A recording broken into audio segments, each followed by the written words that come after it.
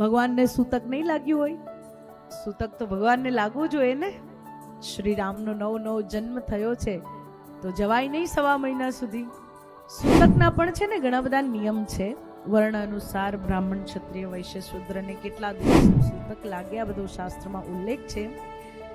પણ આજે સૂતકનો સમય થોડી સમજવા જેવી વાત છે. આમાં કોઈ એવું નથી કે ઘણા લોકોને દીવાબત્તી કરવાનું બંધ કરી દે, પછી ઘણા લોકો ભોજન ન બનાવે.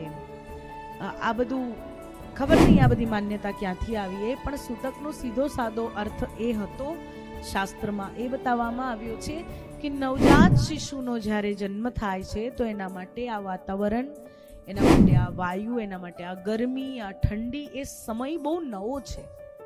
આ સ્કિન માટે સહન કરવું, આ વાતાવરણમાં સેટ થવું, આ બધું એમાં સમય લાગે. અને એટલા માટે સૂતક કેમ મૂકવામાં આવ્યું છે કે બધા આવીને સ્પર્શ ન કરી જાય. એટલા માટે એ માતા અને બાળકને 1.5 મહિનાનો સમય આપો કે માતા પણ જ્યારે બાળકને જન્મ આપે છે તો એની કેટલી એનર્જી જાય છે, એ દેહને કેટલું કષ્ટ પડે છે, એક માતા જ સમજી શકે છે.